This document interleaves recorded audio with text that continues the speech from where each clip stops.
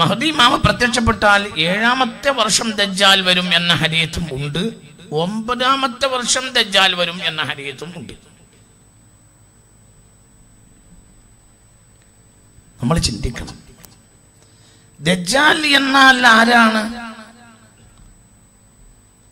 ആകാശഭൂമിക്കിടയിൽ കണ്ടിട്ടുള്ള അപകടങ്ങളിലും ദുരന്തങ്ങളിലും ക്രൂരതകളിലും ഭീകരതകളിലും മനുഷ്യത്വമില്ലായ്മയിലും പെട്ട ഏറ്റവും ഭയാനകമായ കാലഘട്ടം ദജ്ജാൽ ഭൂമിയിലുള്ള 40 ദിവസമായിരിക്കുമെന്ന് മുഹമ്മദ് മുസ്തഫ. ഒരു ഷർറും ഒരു ഭീകരതയും ലോക ചരിത്രത്തിൽ ഒരു കാലത്തും അതുപോലെ ഉണ്ടായിട്ടുണ്ടാവില്ല എന്നും ഹബീബ് പറഞ്ഞിട്ടുണ്ട് സല്ലല്ലാഹു അലൈഹി വസല്ലം. ആ ഹദീസ് ബുഖാരിയിലുമുണ്ട്, ആ ഹദീസ് മുസ്ലിമിലും ഉണ്ട്. അവൻ നബി അവൻ ഭൂമിയിൽ എത്ര താമസിക്കും എന്ന് ചോദിച്ചപ്പോൾ മുസ്തഫ നബി പറഞ്ഞു 40 യൗമാ, അവൻ 40 ദിവസം ജീവിക്കും, 40 ദിവസം ഭൂമിയിൽ ഉണ്ടാവും. പക്ഷെ ആ 40 ദിവസം ഒരു 40 കൊല്ലമാവൂല, അത്രയും ആവൂല. അതിന്റെ ദുരന്തം അനുഭവിക്കാത്ത ഒരു മനുഷ്യനും ഭൂമിയിൽ ഉണ്ടാകൂല. ഒരു സ്വാലിഹും അതിന്റെ ഒരു പ്രയാസം അനുഭവിക്കാത്ത ഒരാൾ ഉണ്ടാവില്ല ഹബീബായ മുഹമ്മദ് മുസ്തഫ. അത്രയും അപകടകരമായിരിക്കും ആ സന്ദർഭം എന്ന് മുത്തു മുഹമ്മദ് മുസ്തഫ സ്വല്ലല്ലാഹു അലൈഹി വസല്ലം. ഇതൊക്കെ നമ്മളെ സംബന്ധിച്ചിടത്തോളം ഓർക്കാപ്പുറത്ത് അടികിട്ടി എന്ന് പറഞ്ഞ ഒരു പ്രയോഗം നമുക്കുണ്ടാവില്ല. എന്തുകൊണ്ട്? നമുക്ക് 1-ാമത്തെ ദിവസം മുതൽ അരുനാഥനാണ് മുഹമ്മദ് മുസ്തഫ.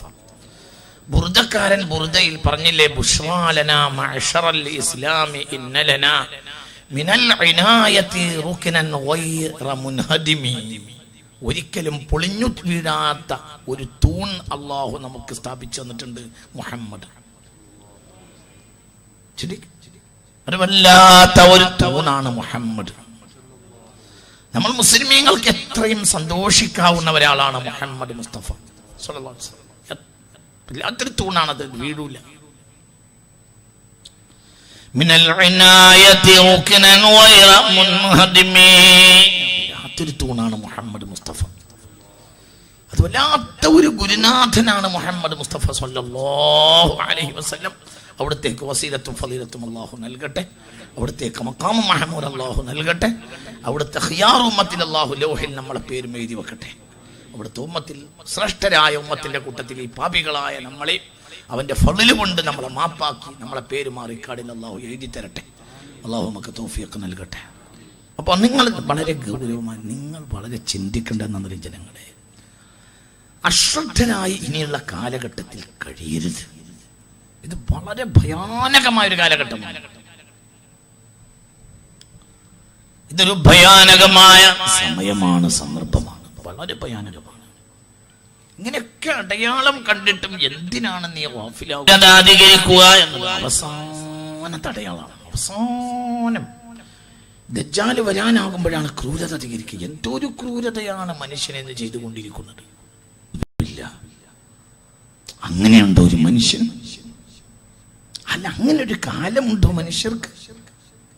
ഒരു കുഞ്ഞുമോനെ കരയുന്നത്, ഒരു വഴിയിൽ വെച്ച് കരഞ്ഞത് കണ്ടാൽ പോലും ഒരു മുസ്ലിം എന്നോ അമുസ്ലിം എന്നോ അവിടെ വ്യത്യാസമില്ലല്ലോ. മനുഷ്യർക്ക് അവിടെ കടന്നു പോകാൻ കഴിയില്ല. മനുഷ്യന് മനുഷ്യത്വം എന്നൊരു സംഗതിയില്ലേ? ഒരു കുഞ്ഞുമോൻ, ആരുടെ കുഞ്ഞുമോനായാലും ഒരു കുഞ്ഞുമോന് കരഞ്ഞുകൊണ്ട് നോക്കി കണ്ടിട്ട് നമുക്കത് പോകാൻ കഴിയും? ഒരു കുട്ടിയല്ലേ?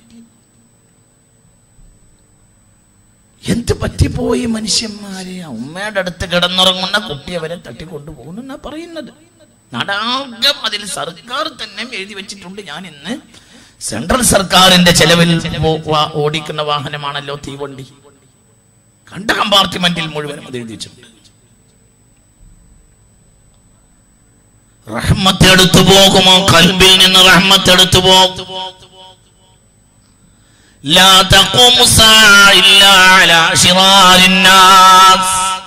ഏറ്റവും മോശപ്പെട്ടവരുടെ മേലല്ലാതെ അന്ത്യനാട് സംഭവിക്കുകയില്ലെന്ന് മുഹമ്മദ് മുസ്തഫ. കരുണയുണ്ടാവൂല മനുഷ്യന്റെ മനസ്സിൽ, കരുണയേ ഉണ്ടാവൂല. വളരെ ചിന്തിക്കണം, ജനങ്ങളെ ചിന്തിക്കണം.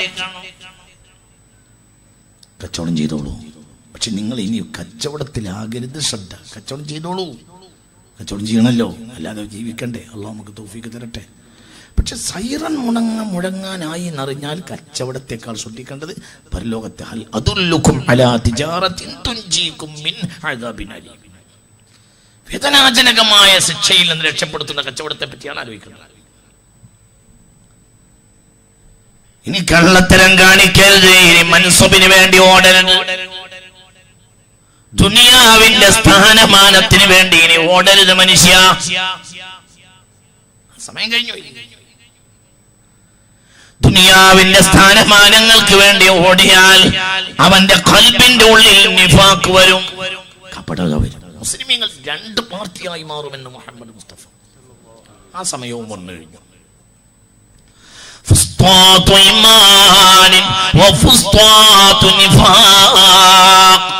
രണ്ട് തരം പാർട്ടിയായി മുസ്ലിമീങ്ങൾ മാറും. ഒന്ന് ഈ മുഅ്മിനീങ്ങൾ, ഒന്ന് മുനാഫിഖീങ്ങൾ. രണ്ട് മുസ്ലിമീങ്ങളാണ് പ്രത്യക്ഷത്തിൽ. മുഅ്മിന് ചുരുങ്ങിപ്പോവും, അവന് ഒളിച്ചു നടക്കേണ്ടി വരും. മദീനയിലെ മുനാഫിഖ് ഒളിച്ചു നടക്കുന്നത് പോലെ അന്ത്യകാലഘട്ടത്തിലെ മുഅ്മിന് ഒളിച്ചു നടക്കേണ്ടി വരുമെന്ന് മുഹമ്മദ് മുസ്തഫ. അംഗീകാരം മുഴുവനും മുനാഫിഖിനായിരിക്കും, സ്ഥാനം മുഴുവനും മുനാഫിഖിനായിരിക്കും, കസേര മുഴുവനും മുനാഫിഖിനായിരിക്കും. പലപ്പോഴും അള്ളാഹു നമ്മളെ കാത്തുരക്ഷിക്കട്ടെ. മനസ്സ് തുറന്നാമീൻ പറ, അള്ളാഹു നമ്മളെ കാത്തുരക്ഷിക്കട്ടെ. വളരെ ചിന്തിക്കണം, വളരെ ചിന്തിക്കണം. അങ്ങാടി അടുക്കുന്ന കാര്യമൊക്കെ ഇവിടെ തങ്ങൾ സൂചിപ്പിച്ചു. അതൊക്കെ ശരിയാണ്. അങ്ങനെയൊക്കെയുള്ള ഹദീസുകൾ ധാരാളം ഉണ്ടാകും. ഇതൊക്കെ വളരെ സത്യമാണ്,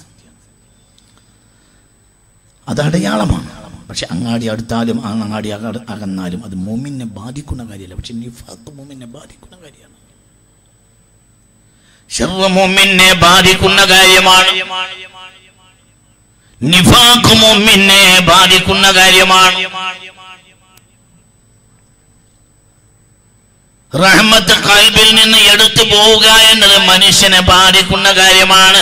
കുട്ടി ആകാശം പടക്കുന്നതിന് മുമ്പ് അല്ലാഹു ലൗഹ് പടച്ചിട്ടുണ്ട്. ആകാശം ഒന്നും പടച്ചിട്ടില്ല, അതിന്റെ മുമ്പ് അല്ലാഹു ലൗഹ് പടച്ചിട്ടുണ്ട്. ലൗഹിൽ എഴുതാൻ അല്ലാഹു പ്രകാശത്തിന്റെ കലവ പടച്ചിട്ടുണ്ട്. പ്രകാശമാണ്, കലം പ്രകാശമാണ്, ലൗഹും പ്രകാശമാണ്. മിൻ യാഖൂതത്തിൻ ബൈളാ,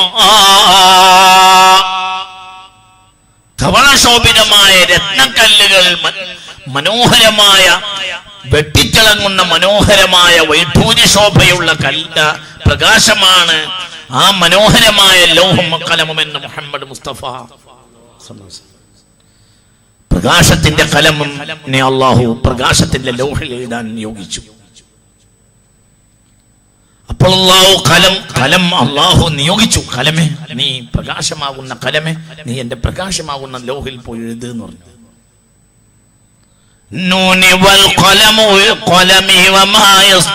കലമിനെ കുറിച്ച് സത്യം ചെയ്തിട്ടുണ്ട് ഖുർആനിൽ. കലമിനെ നിഷേധിച്ചാൽ കാഫിറാവും. അല്ലാഹു തആല കാത്തുരക്ഷിക്കട്ടെ. അങ്ങനെയൊന്നും ഉണ്ടാവില്ല എന്ന് വിചാരിച്ചാൽ കാഫിറാവും. കാരണം കലമിനെ കൊണ്ട് സത്യം ചെയ്തിട്ടുണ്ട്. കലം എന്ന പേരിൽ സൂറത്തുണ്ട് പരിശുദ്ധ ഖുർആനിൽ. മുഅ്മിനീങ്ങൾ ചിന്തിക്കണം. അപ്പൊ കലമിനോട് പറഞ്ഞു, കലം എന്നീ പോയി ലൗഹിൽ എഴുതുന്നു. അപ്പോൾ കലം ചോദിച്ചു, ഞാൻ എന്താണ് റബ്ബേ ആദ്യം എഴുതേണ്ടത്? അപ്പോൾ പറഞ്ഞു, കാരുണ്യത്തെ പറ്റി എഴുത്.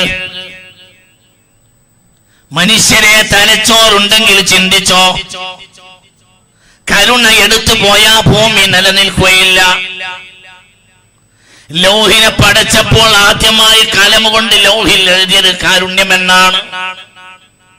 പരിശുദ്ധ ബിസ്മില്ല അല്ലാഹ് എന്ന് ഒരു വട്ടം പറഞ്ഞപ്പോൾ രണ്ടു വട്ടം പറഞ്ഞത് കാരുണ്യമെന്നാണ്. അർ-റഹ്മാൻ അർ-റഹീം. ഒരു വട്ടം അല്ലാഹ്, രണ്ടു വട്ടം റഹ്മത്ത് കാരുണ്യം.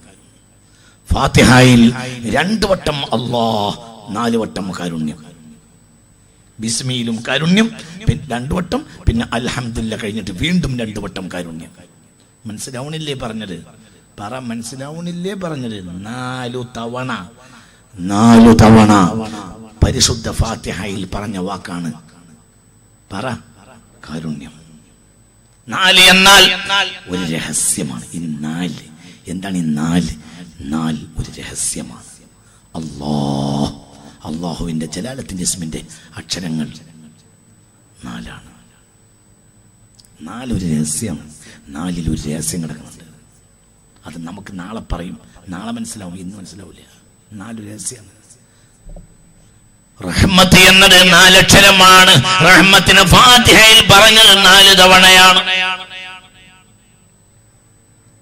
മുഹമ്മദ് എന്ന് പരിശുദ്ധ ഖുർആനിൽ പറഞ്ഞത് 4 തവണയാണ്. മുഹമ്മദ് 4 തവണയാണ്. മുഹമ്മദ് 4 തവണയാണ്.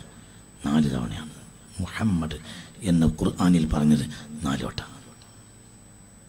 അല്ലാഹ് 4 അക്ഷരമാണ്. അതാണ് 4 4നെ 4 ആക്കി എഴുതി, 4 വട്ടം എഴുതി, 4 4 4 4. അതാണ് 4444. അതൊരു സിറാണ്. അതിൽ തീരാത്തൊരു പ്രശ്നം ഉണ്ടാവില്ല. അത് രഹസ്യമാണ്. അള്ളാഹു തൗഫീഖ് തരട്ടെ. മനുഷ്യ ചിന്തിക്കണില്ല. റഹ്മ എന്നത് 4 അക്ഷരമാണ്. അത് ഫാത്തിഹയിൽ ആവർത്തിച്ചത് 4 തവണയാണ്. 4ന്റെ അശറാത്താണ് 40 നുബുവത്തിന്റെ പ്രായമാണ്. ആദം ഭൂമിയിൽ ഇറങ്ങിയപ്പോൾ അലൈഹിസ്സലാം വയസ്സ് 40 ആണ്. ആദമിന് ഉണ്ടായ മക്കൾ 40 ആണ്.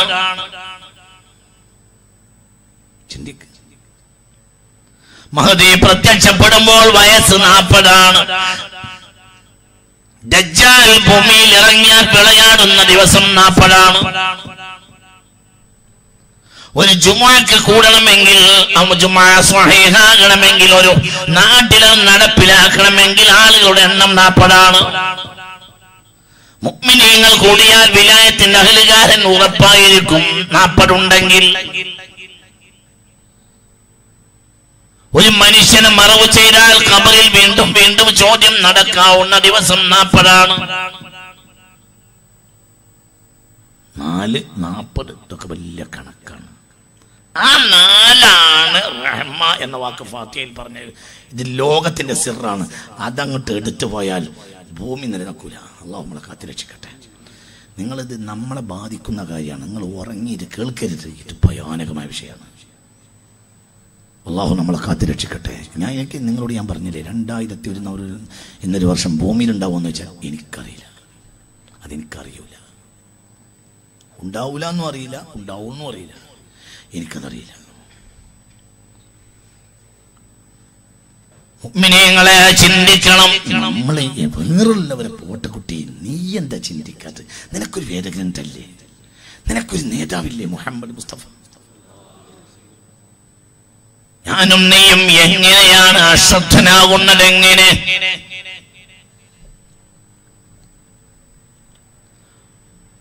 മുഅ്മിനെ ചിന്തിക്കണം. ഭയാനകമാണ്. ചിന്തിക്കണം. നിഫാഖ് അധികരിക്കുന്നതിന്റെ അടയാളങ്ങൾ എവിടെയും പ്രത്യക്ഷപ്പെടുകയാണ്. ചതി അധികരിക്കുകയാണ്. അമാനത്ത് എടുത്തു പോവുകയാണ്. വിശ്വസ്തൻ നാട്ടിലില്ലാതെയാവുകയാണ്. ഊഹാപോഹങ്ങൾ അധികരിക്കുകയാണ്. സത്യസന്ധമായ വാർത്ത ലഭിക്കാത്ത കാലഘട്ടം വന്നിരിക്കുകയാണ്. ചതിയന്മാരായ നേതാക്കൾ സമുദായത്തിൽ വിലസുന്ന കാലഘട്ടം അധികരിച്ചിരിക്കുകയാണ്. ഇതെല്ലാം അന്ത്യനാടിന്റെ അടയാളമാണ് എന്ന് മാത്രമല്ല, പല മനുഷ്യരെയും ബഹുമാനിക്കുന്നത് തന്നെ അവരെ കൊണ്ടുള്ള ഉപദ്രവം പേടിച്ചിട്ട് മാത്രമാണ്. ഇത് ഖിയാമത്ത് നാളിന്റെ അടയാളമാണ്. ഒരാളെ പേടിക്കുന്നത്, ഒരാളെ ബഹുമാനിക്കുന്നത് അയാളെ പേടിച്ചിട്ട് അവൻ എനിക്ക് ഉപദ്രവം ചെയ്യും എന്ന് പേടിച്ചിട്ട് അവനെ പിടിക്കും, അവനെ നാറ്റും, അവനെ മുത്തും. എന്തിന്? പേടിച്ചിട്ട് അവനെ ഉപദ്രവിക്കും. മുത്തനബി മുഹമ്മദ് മുസ്തഫ. പിന്നെന്താ മുത്തനബി പറഞ്ഞത്?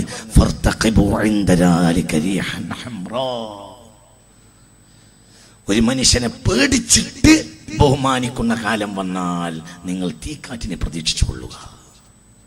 പെട്ടെന്ന് തീക്കാറ്റ് വരും എന്ന് മുഹമ്മദ് മുസ്തഫ. ചിന്തിക്ക.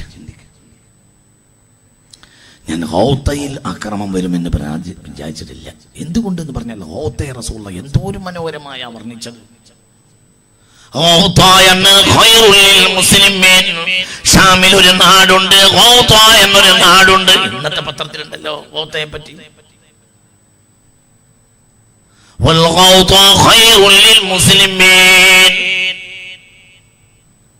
മുസ്ലിമീങ്ങൾക്ക് ഖൈറായ നാട് ഹൗത്തയാണെന്ന് മുഹമ്മദ് മുസ്തഫ. ഹൗത്തയിൽ ഒരു ജനങ്ങൾ മുഴുവനും ഒരുമിച്ച് കൂടുന്ന ഒരു കാലം വരുമെന്ന് മുഹമ്മദ് മുസ്തഫ. അപ്പോൾ സ്വഹാബികൾ ചോദിച്ചു, അനവധി ആളുകൾ വന്നു കൂടിയാൽ ഒരു ചെറിയ നാടല്ലേ നബിയെ, എങ്ങനെയാണ് ജനങ്ങൾക്ക് അവിടെ ജീവിക്കാൻ കഴിയുക? അപ്പോൾ പറഞ്ഞു,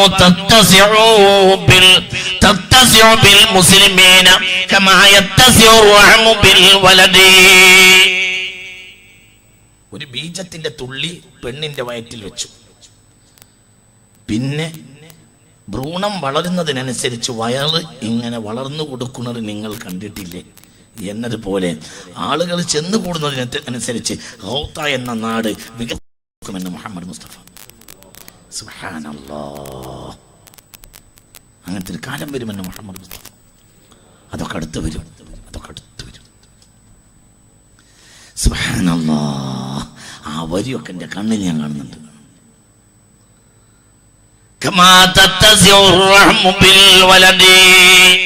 കുട്ടി ഭ്രൂണം വളരുന്നതിനനുസരിച്ച് ഗ്രാമം വയറ് വളർന്നു കൊടുക്കുന്നത് പോലെ മുസ്ലിമീങ്ങൾ വന്നുകൂടുന്നതിനനുസരിച്ച് സിറിയയിലെ ഹൗത്ത എന്ന ഗ്രാമം സ്വയം വികസിച്ചു കൊടുക്കുമെന്ന് മുഹമ്മദ് മുസ്തഫ സല്ലല്ലാഹു അലൈഹി വസല്ലം. മുത്ത് മുഹമ്മദ് മുസ്തഫ.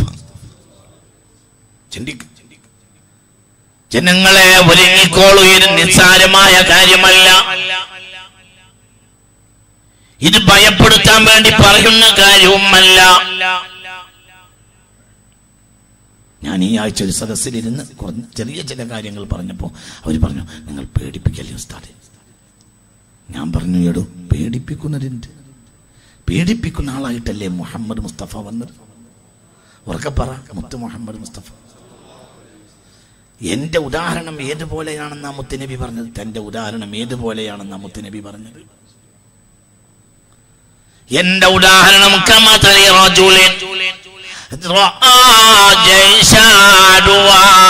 ശത്രുക്കളുടെ ഒരു പടം മരുഭൂമിയിൽ യാത്ര ചെയ്യുന്ന ഒരാൾ കണ്ടു. ആ പട തന്റെ ശത്രുക്കളാകുന്ന ആ പട തന്റെ ഗ്രാമത്തിലേക്ക് നീങ്ങുന്നതും അയാൾ കണ്ടു.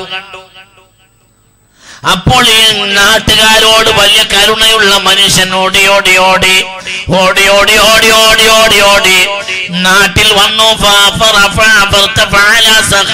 ഒരു പാറക്കല്ലിന്റെ മുകളിൽ കയറി നിന്ന് കൈകൊട്ടി വിളിച്ചു, ജനങ്ങളെ ഓടി വരെ.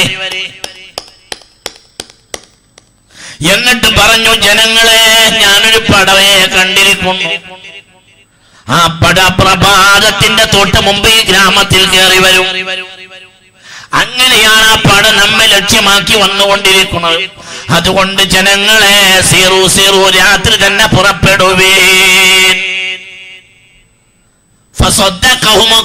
അപ്പോൾ ഒരു സംഘം നാട്ടുകാർ പറഞ്ഞു, ശരിയാ, ഇവൻ ഇതുവരെ നമ്മളോട് നുണ പറഞ്ഞിട്ടില്ലല്ലോ, അതുകൊണ്ട് പടയെ കാണാതെ ഇവൻ ഇങ്ങനെ പറയുകയില്ല എന്നവർ അംഗീകരിക്കുകയും കുട്ടികളും അത്യാവശ്യ സാധനങ്ങളും എടുത്തുകൊണ്ട് അവർ രാത്രി തന്നെ പുറപ്പെടുകയും അവർ രക്ഷപ്പെടുകയും ചെയ്തു. പക്ഷെ വേറൊരു ജനത അംഗീകരിച്ചില്ല. വേറൊരു ജനത പറഞ്ഞ് ഉറങ്ങാനൊരുങ്ങുന്ന നേരത്തെ പേടിപ്പിക്കാൻ വന്നിരിക്കുന്ന ഒരുത്തൻ മിണ്ടല്ലോ.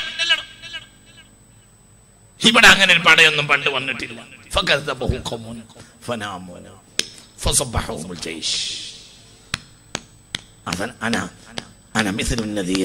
ആ പ്രബോധകനെ പോലെ, ആ മുന്നറിയിപ്പുകാരനെ പോലെയാണ് ഞാനെന്ന് മുഹമ്മദ് മുസ്തഫ. ഞാൻ പറഞ്ഞു കേട്ടത് പെട്ടെന്ന് പുറപ്പെട്ടാൽ രക്ഷപ്പെടാം, ഞാൻ പറഞ്ഞത് കേട്ടിട്ടും കടന്നുറങ്ങിയാൽ പരാജയപ്പെടും എന്ന് മുഹമ്മദ്. എന്തൊരു വർത്തമാനാണ്, എന്തൊരു ഉദാഹരണമാണ് പറഞ്ഞത് പുണ്യ മുഹമ്മദ് മുസ്തഫ. യാ അല്ലാഹ്, എന്തൊരു ഉദാഹരണമാണ്. അല്ല, ചിലർ പറയും പേടിപ്പിക്കല്ലേ ഉസ്താദേ. എടാ, പേടിപ്പിക്കുന്ന ആള് എന്നാണോ മുത്തുനബിയുടെ ഒരു പേര്? നദീർ. നദീർ, പുണ്യനബിയുടെ പേര് തന്നെ നദീർ.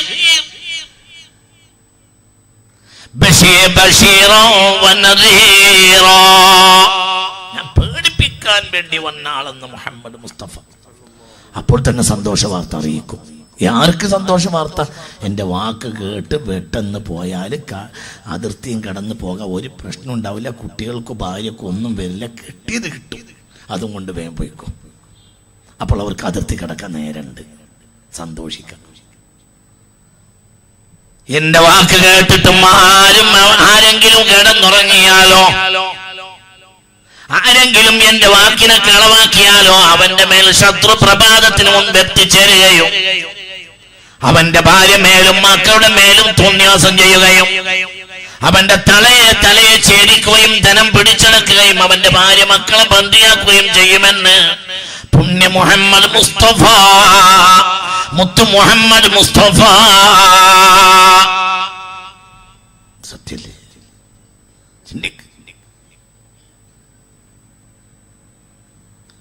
മിനിഞ്ഞാൻ എന്നോട് ഒരാൾ ചോദിച്ചു, ഉസ്താദേ എൻ്റെ വീട്ടിലെ പിടക്കോഴി കൂകുന്നുണ്ട്, എന്താണ് അതിൻ്റെ അസ്റാറ്? ഒരു സാധുവായ ഒരു കർഷകൻ എന്നോട് മിനിഞ്ഞാന്ന് ഒരു ക്ലാസ് കഴിഞ്ഞിറങ്ങി വന്നപ്പോൾ ഒരു സംശയം. എന്തേ സംശയം? എൻ്റെ വീട്ടിലെ പിടക്കോഴി എപ്പോഴും കൂവുന്നു, എന്താണ് ഇതിന് കാരണം ഉസ്താദേ? എടോ, ടീച്ചർമാര് ജുമാക്ക് ഇമാമത്ത് നിൽക്കുമ്പോൾ പിടക്കോഴി കൂവുമല്ലോ, അത് കോഴിവർഗത്തിലെ ടീച്ചറായിരിക്കും.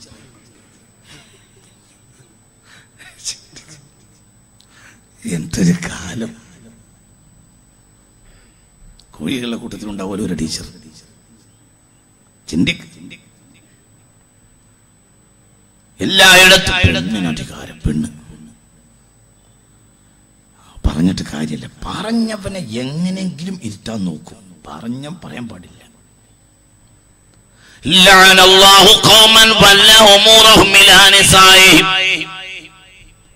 പെണ്ണിനെ മുണ്ടിച്ചു വെച്ച ജനത്തെ അള്ളാഹു ശപിക്കുമെന്ന് മുഹമ്മദ് മുസ്തഫ.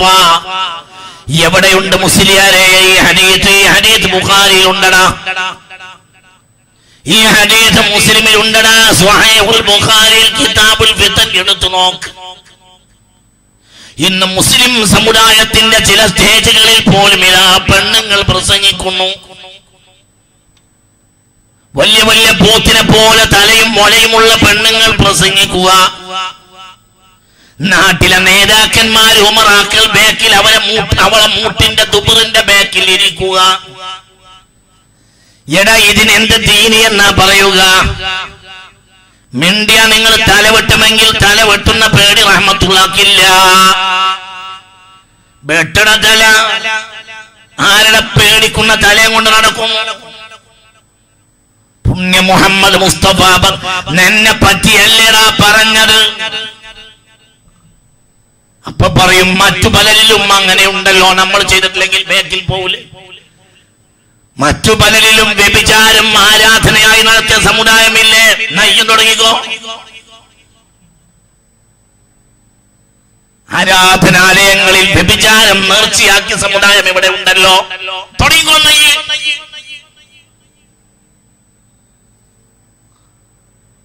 നഗ്നരായി ആരാധിക്കുന്ന സമുദായമില്ലേ ഇവിടെ നാട്ടിൽ, ലോകത്തില്ലേ? ആണും പെണ്ണും നഗ്നരായി ആരാധിക്കുന്ന ജനതയില്ലേ? നയ്യ് തുടങ്ങിക്കോ. لا يطوفن هذا البيت عريان بعد يومها മക്കാഫത്തിന്റെ ദിവസം മുത്ത് മുഹമ്മദ് മുസ്തഫ തങ്ങൾ എന്താ പറഞ്ഞത്? ഇനി ഒരാണോ പെണ്ണോ നഗ്നരായി വഴിക്ക് വന്നു പോകരുത്. എന്താ അതിന്റെ അർത്ഥം? ശിർക്കിന്റെ കാലഘട്ടത്തിൽ നഗ്നരായി തവാഫ് ചെയ്യുന്ന ആണുങ്ങളും ഉണ്ടായിരുന്നു, പെണ്ണുങ്ങളും ഉണ്ടായിരുന്നു. അങ്ങനെ തവാഫ് നമ്മൾ തുടങ്ങിയാൽ എത്ര പൈസ ഇല്ലാത്ത കാലാണെങ്കിലും തിരക്കൂടെ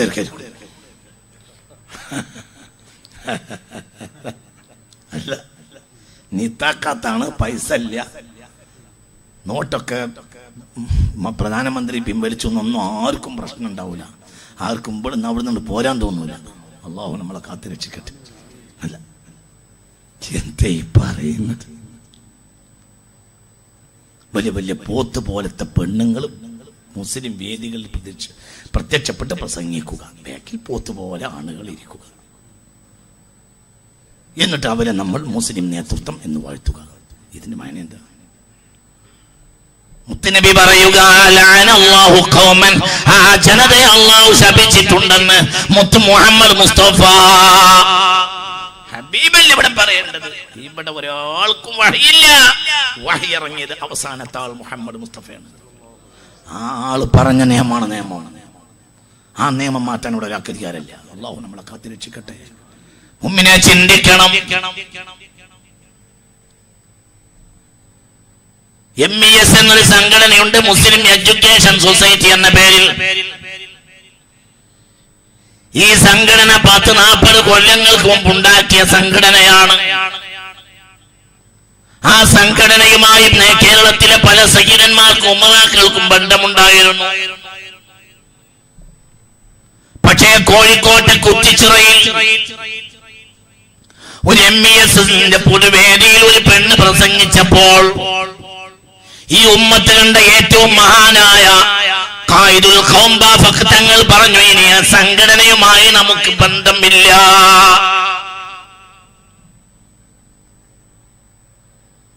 ഇത് അബദ്ധം സംഭവിച്ചു പോയതാണ് എന്ന് തിരുത്തി പറയാൻ അക്കാലത്തെ MES നേതാവിനോട് ആവശ്യപ്പെട്ടു. ശംസുൽ ഉലമ അടക്കമുള്ള മഹാന്മാർ അത് തിരുത്താൻ വേണ്ടി ആവശ്യപ്പെട്ടു. പക്ഷെ അവർ തിരുത്തിയില്ല. സമുദായത്തിന്റെ വണ്ടി ചക്രം ഒന്ന് പുരുഷനാണെങ്കിൽ ഒന്ന് പെണ്ണാണ് എന്ന് അവർ ശംസുൽ ഉലമ അടക്കമുള്ള ആലിമീങ്ങളെ കൊഞ്ഞനം കുത്തിക്കൊണ്ട് പ്രസ്താവന ഇറക്കി. ശംസുൽ ഉലമയുടെ മറുപടി പിറ്റേ ദിവസം കേരളത്തിലെ പത്രങ്ങളിൽ അച്ചടിച്ചു വന്നു. അപ്പോൾ ചിലർ വിളിച്ചു പറഞ്ഞു, മുസ്ലിയാക്കന്മാര് ആളാകാൻ വേണ്ടി പ്രസ്താവന ഇറക്കുകയാണ്, ആണിലോകം സുഖപ്പെട്ടാലും പത്രത്തിൽ വരും എന്ന് പറഞ്ഞ് മഹാനായ ശംസുൽ ഉലമയെ കളിയാക്കി. പക്ഷേ മഹാനായ സയ്യിദ് അബ്ദുറഹ്മാൻ ബാഫഖ് തങ്ങൾ പറഞ്ഞു, ഇനി MESുമായി ബന്ധമില്ല. 40 കൊല്ലം മുമ്പ് ഏതൊരു കാരണത്താലാണോ MESനെ വർജിച്ചത്, ഇന്ന് ആ കാര്യം പൊതുവേദികളിൽ പരസ്യമായി നടന്നുകൊണ്ടിരിക്കുന്നു. ഇതൊക്കെ വളരെ ഹക്കാണ്. അള്ളാഹു നമ്മളെ കാത്തുരക്ഷിക്കട്ടെ. അതിന് 40 കൊല്ലത്തിനിടയിൽ ഒരു പുതിയ നിയമം റസൂൽ ഇറക്കി തന്നിട്ടില്ല. മുത്ത് മുഹമ്മദ് മുസ്തഫ റസൂൽ ഒന്നും കൂടി വന്നിട്ടുണ്ടെങ്കിൽ തിരക്കടില്ല നമുക്ക് അറിയായിരുന്നു. അന്നത്തെ നിയമമല്ല അന്നത്തെ നിയമം. ന്യൂ ടെസ്റ്റ്മെന്റ്, ഓൾഡ് ടെസ്റ്റ്മെന്റ്, ഇങ്ങനെ പഴയ 2 വകുപ്പുണ്ട് ക്രിസ്ത്യാനികൾക്ക്. നമ്മൾ അങ്ങനെ 2 വകുപ്പില്ല, നമുക്ക് ഒറ്റ വകുപ്പേ ഉള്ളൂ. നമ്മൾ അൽ ഹനീഫിയത്തു ശരീഅത്തുൽ ഹനീഫിയത്തുൽ ബൈളാ, പ്രശോഭിതമായ അടിസ്ഥാന നിയമങ്ങളാണ് പരിശുദ്ധ ശരീഅത്തുൽ ഇസ്ലാം. ഇതൊക്കെ ആഖിർ സമാന്റെ അടയാളമാണെന്ന് ചിന്തിക്കണം. മുഅ്മിനെ ആർക്കെങ്കിലും വേണ്ടിയുള്ള കോലം കെട്ടലല്ല ദീൻ എന്ന് പറയുന്നത്. സമുദായം ഏത് കാലഘട്ടത്തിലും പുച്ഛിച്ചു തള്ളിയതാണ് ബിദ്അത്തിന്റെ പ്രസ്ഥാനങ്ങൾ. എന്താ ബിദ്അത്ത്? അത് മറ്റേ പാർട്ടി പറയും ഇത് ബിദ്അത്താണ്, നിങ്ങളെ പറ്റി അവര് പറയും ബിദ്അത്താണെന്നാണല്ലോ മുസ്ലിയാരെ. ബിദ്അത്തിന് ഞാനൊരു എളുപ്പ ഉദാഹരണം പറഞ്ഞു തരാം. ബിദ്അത്തിനെ തിരിച്ചറിയാനുള്ള ഒരു ഉദാഹരണം പറയാം.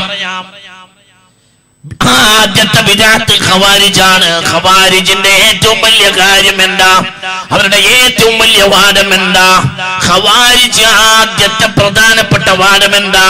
ഔലിയാക്കളില്ല, ആരിഫീങ്ങളില്ല, അങ്ങനെ പ്രത്യേക വിഭാഗത്തിന് യാതൊരു വിലയും ഇല്ല.